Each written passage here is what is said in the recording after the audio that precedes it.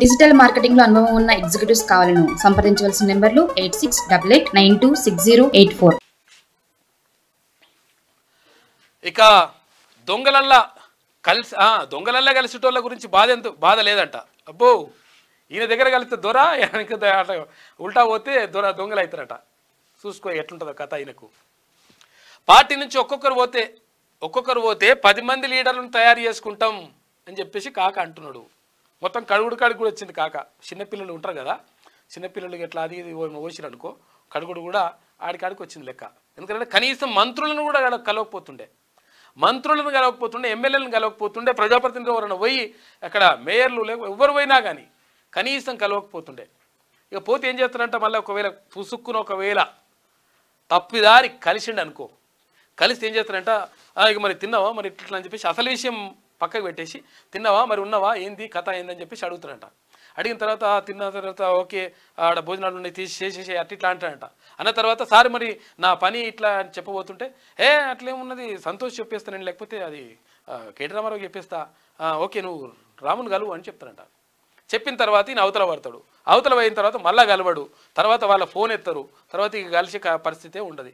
ఇట్లా చాలామంది గతంలో ఉన్నటువంటి మాజీ మంత్రులు, అక్కడ ఉన్నటువంటి ఎమ్మెల్యేలు, ఆ పార్టీకి సంబంధించిన వాళ్ళే, ఆ పార్టీ నాయకులు చాలామంది రకరకాలుగా ఇబ్బంది పడ్డారు.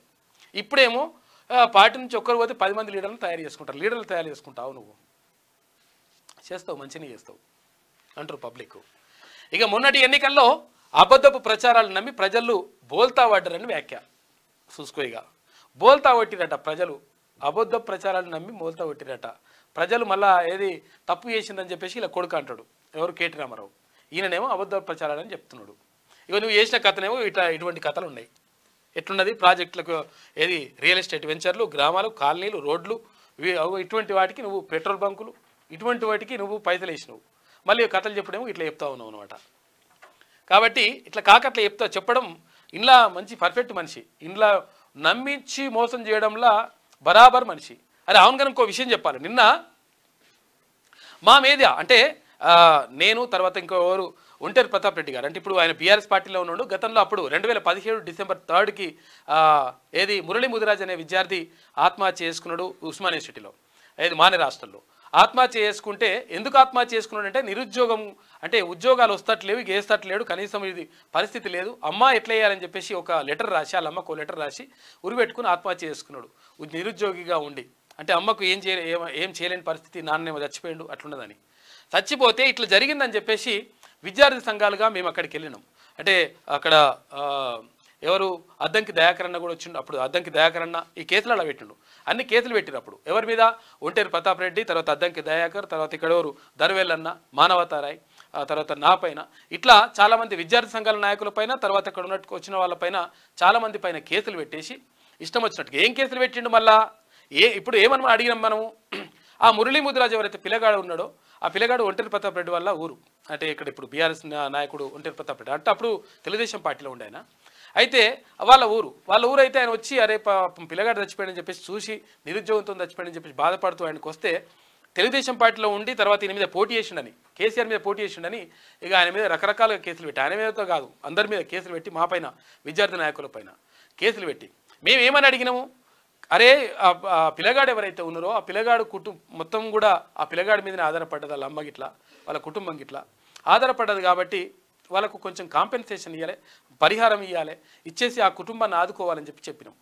ఆదుకోవాలని చెప్పినందుకు ఆదుకోవడం పక్కకు పెట్టేసి మా మీద లాఠీ చార్జీలు చేపించేసి దాడులు చేపించి లాస్ట్కి వస్తే అటెంప్ట్ టు మర్డర్ 307 సెక్షన్ కింద కేసులు పెట్టి చెంచల్గూడ జైలు పంపించుండు కాక కానీ హరీష్ రావు కానీ కేటీఆర్ కానీ వీళ్ళంతా బ్యాచ్.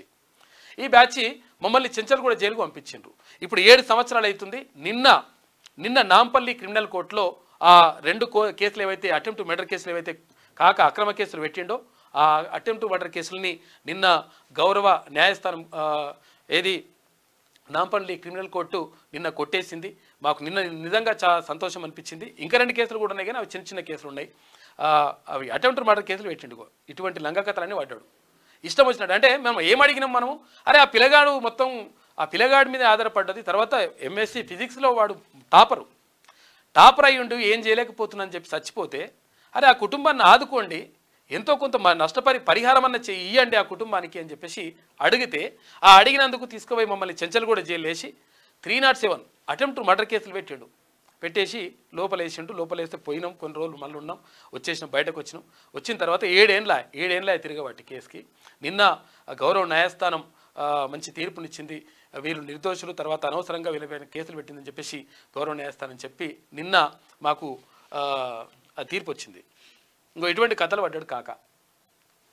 అన్నీ ఎవరు జర్ర వ్యతిరేకంగా మాట్లాడితే, ఎవరు ప్రశ్నిస్తే వాళ్ళపైన కేసులు పెట్టుడు ఇవంతా కథ అంతా నడిచింది. లంగా కథలు. మాకేం బాధ లేదు. ఎందుకు బాధ ఉంటుంది మరి నీకు? అందరినీ మంచోళ్ళని తీసుకుపోయి లోపలేసినాక. బీఆర్ఎస్ను వీడి దొంగలల్ల కలిసేటోళ్ళ గురించి బాధ లేదని ఆ పార్టీ చీఫ్ కేసీఆర్ వ్యాఖ్యానించారు. ఒక్కరు పోతే 10 మంది లీడర్లను తయారు చేసుకుంటామని తెలిపారు. బీఆర్ఎస్ పార్టీ ఎన్నో ఒడిదుడుకులను ఎదుర్కొన్నదని అన్నారు. అదే ప్రస్తుత పరిస్థితి పెద్ద లెక్కేమీ కాదని వ్యాఖ్యానించారు.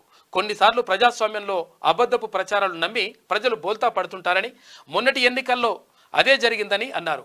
ఎర్రవల్లిలోని ఫామ్ హౌస్లో శుక్రవారం కోరుట్ల, జగిత్యాల నియోజకవర్గాలకు చెందిన పార్టీ నేతలు, కార్యకర్తలతో కేసీఆర్ సమావేశమయ్యారు. ఈ సందర్భంగా ఆయన మాట్లాడారు. అయితే సమైక్యవాదులతో పోరాడి తెలంగాణ రాష్ట్రాన్ని సాధించిన బీఆర్ఎస్ పార్టీ శ్రేణులకు ఇప్పుడున్న పరిస్థితులు ఓ లెక్కనే కాదంట. పార్టీ వీడి దొంగల కలిసేటోళ్ళ గురించి మనం ఏమాత్రం ఆలోచించాల్సిన అవసరం లేదు అని చెప్పేసి కాక చెప్తున్నాడు. అప్పుడు దొంగల కలిసి అంటే నువ్వు కూడా దొంగవేనా? అప్పుడు కలుపుకున్నావు కదా, మరి నువ్వు అధికారంలో ఉన్నప్పుడు కలుపుకున్నావు కదా, నువ్వు కూడా దొంగవేనా అడుగుతున్నారు ప్రజలు, చెప్పాలి కదా.